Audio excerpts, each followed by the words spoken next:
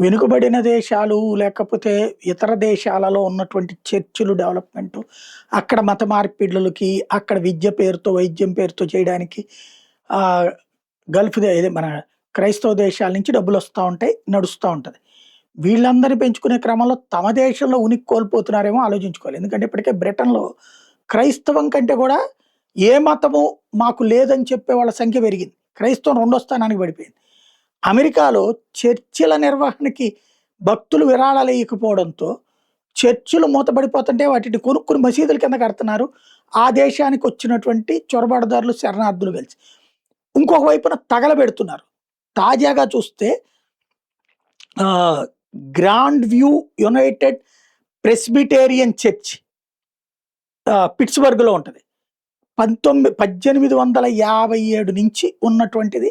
అది కాస్త ఇప్పుడు తాజాగా ఆహ్, తగలబడినటువంటి పరిస్థితి.